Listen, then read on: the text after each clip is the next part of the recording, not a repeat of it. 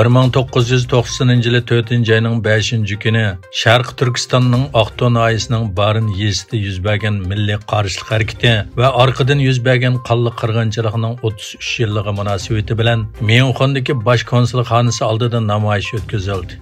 Yevropa Şarkı Türkistan birligi tashkillangan namoyishga Dünya Uyg'ur qurultiyining raisi Dolqin Aysa ve İlham To'xta gruppasining a'zolari boshchiligida nurg'un Uyg'ur ve Germaniya fuqarolari qatnashdi.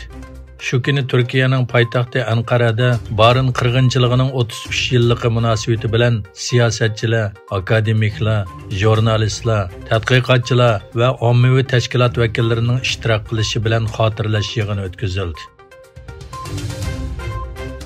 Washington'daki Uyg'ur hareketi tashkilotining raisi Roshan Abbas xonim yaqinda axborot vositalarida qilgan so'zida Putin ustidan tutish buyrug'i chiqargandek Xi Jinping ustidan tutish buyrug'i chiqarish tashabbusini o'tirg'a qo'ygan.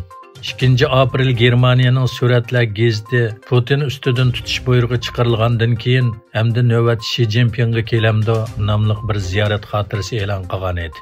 Arqadilla bilik gezdimi Uyg'urlarga qarshi jinoyat kishilik huquq faoliyatchisi Xi Jinping ustidan xalqaroliq tutish buyrug'i chiqarishni tashabbus qildi nomli xabar e'lon qildi. Yevropa Komitetining raisi Ursula von der Leyen Xitoy Yevropa ittifoqi munosabatini muzokara qilish uchun Beijingga qilgan ziyoratida Xitoy bosh ministri Li Keqiang bilan ko'rishdi. Von der Leyen arkadan Fransiya prezidenti Emmanuel Macron ve Xitoy davlat raisi Xi Jinping bilan uch taraflik suhbat o'tkazdi. Ursula von der Leyen 6 aprel Xi Jinping bilan ko'rishgandan keyin Beijingda muxbirlarga bundoq dedi: "Biz kishilik huquq to'g'risida so'zlashdik. Biz Xitoyda bag'ansiri chekinayotgan kishilik huquq vaziyati haqidagi andishlarimizni o'ttirg'a qo'ydik.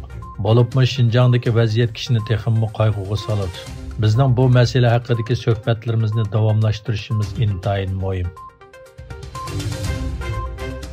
Xitoy Tashqi ishlar ministrligi egilik huquqi talash tortishi bor bo'lgan Tayvan prezidenti Tsai Ing-wenning Amerika Avam palatasining boshlig'i Kevin McCarthy bilan ko'rishganligini tanqid qildi. Tayvan rahbari tunugun Kaliforniyaning Simmi vodisida Avam palatasining boshlig'i McCarthy va partiya halqagan parlament vakillari o'miki bilan ko'rishgan edi.